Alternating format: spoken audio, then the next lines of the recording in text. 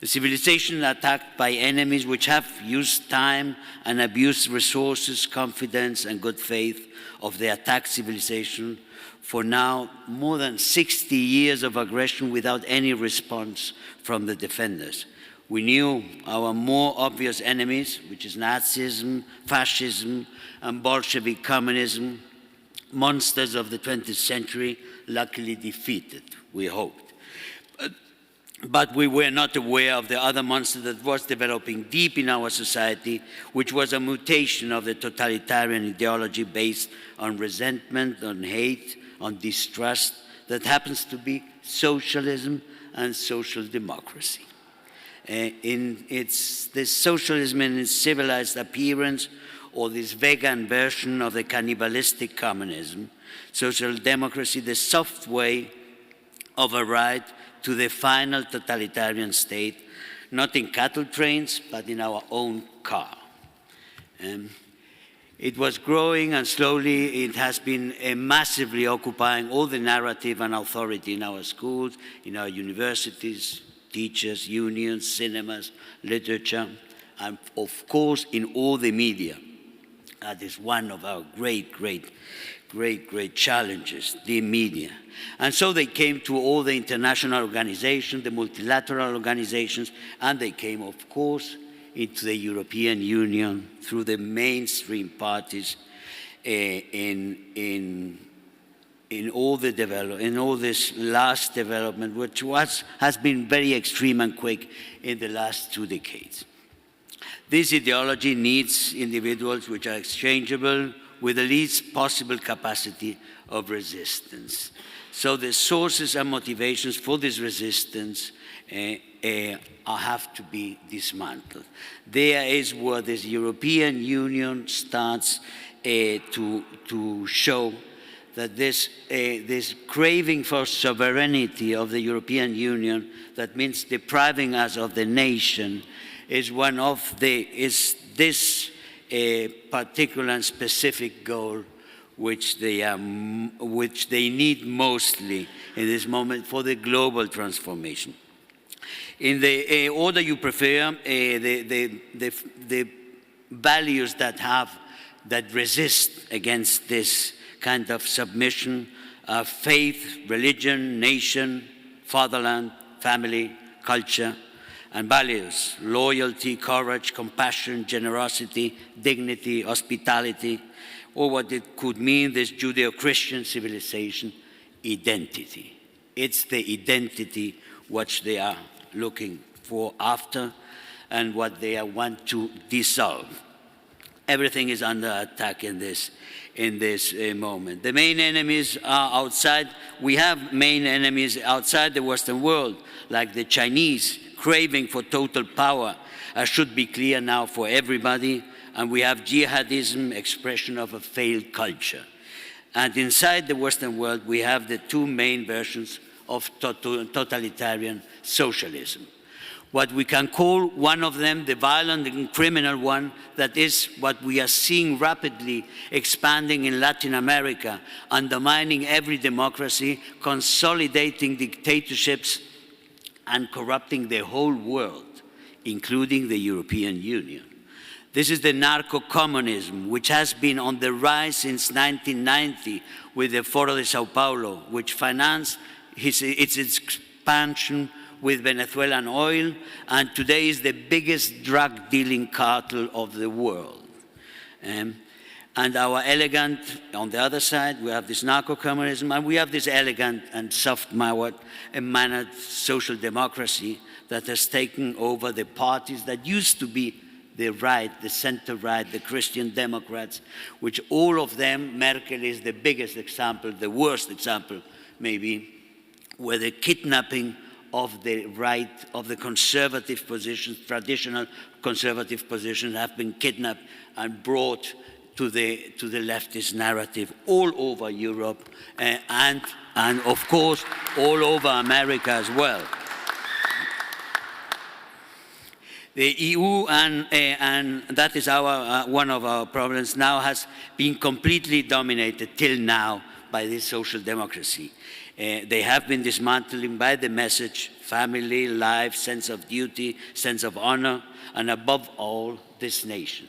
My nation, Spain, has been under furious attack from inside, from enemies inside, which have been nurtured from outside.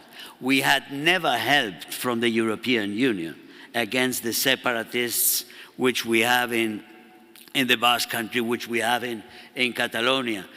When we had the coup d'etat, which was on the 1st of October 17, all these mild expressions of support by Europe were absolutely hypocritical.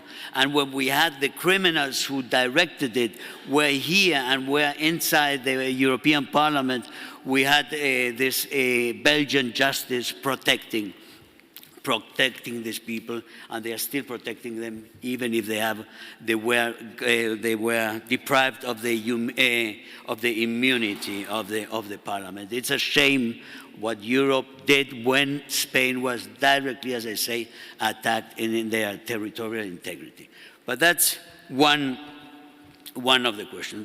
This trying to dissolve the nation state, the old European nation state, dissolve it inside the European Union and from inside in separate little state, manipulated state or leftist state, all of them more left than the other, has been a strategy all over the places. The defenders of the national state in Spain have been really without often because the left and the Socialist Party very specifically has taken sides with the separatists, and they are now in the same government, the enemies of Spain, of the state, of the integrity of the Spain, the enemies of the crown, the enemies of the history of Spain. They are in the government of Pedro Sánchez, now ruling with communists as well, with communists and with people who were militant in the narco-communism forces in Latin America, in the FARC, in Venezuela's regime, and so on. The worst of Spain is now in the government, following this path. As I say, the support for the defense of the nation in Spain from the European Union was nil. So they want to make it disappear. As I say, Germany is the worst example of the effects of this battle against the nation, the hate to the nation in Germany, which has been brought so far as it has brought a country which is unsafe, unsecure. It has no self-respect, and it then acts as it acts with a kind of bullying egotism which hardly goes together with the soft-worded social democratic rhetoric that we hear continuously from all these people. So, but there is a good, now I want to finish with that. There are good news, and the good news is that the mainstream, the social democracy, is dwindling. They had absolute control of the European Parliament. They are losing control in the European Parliament, and they are now afraid of the next elections in the European Parliament. We, Vox, the party, the new party on the right in Spain, which came to put an end to this kidnapping, systematic kidnapping by the Partido Popular, EPP party, of the votes, of the conservative votes, for bringing it to a leftist policy. We came in, we are only 4 members, MEPs in Brussels today. We will be much more in 2024. You can be sure about that. And that will happen in many other countries as we are seeing it. The nation is triumphant, as I say. The Ukrainian nation has shown now, and that's I think, the most beautiful example we have now of this rebirth of the conservative nation is really Ukraine. Ukraine, everybody is now an Ukraine defender in Europe. But if Ukraine would have been a remote province of a sovereign Europe, they would have given away Ukraine in 3 days to Putin, and everybody knows it. It would have been so. It would have been like in Crimea. Nobody would have been talking about it a month later. It was the nation, it was the fatherland which brought the sons of this fatherland, which have been fighting the first fierce days there, which brought the change of mind in whole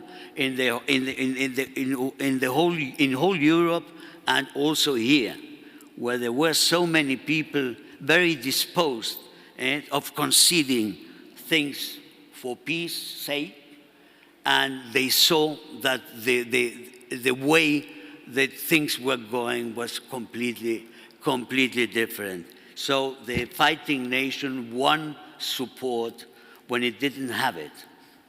That is, I think, the greatest example, the beautiful example that Ukraine is giving us now, and which is really to follow, and that gives us, as I say, a great hope that we are turning towards a more proactive, active, and forceful defense of our civilization, which is really, and I mean it, is in danger. Thank you very much, all.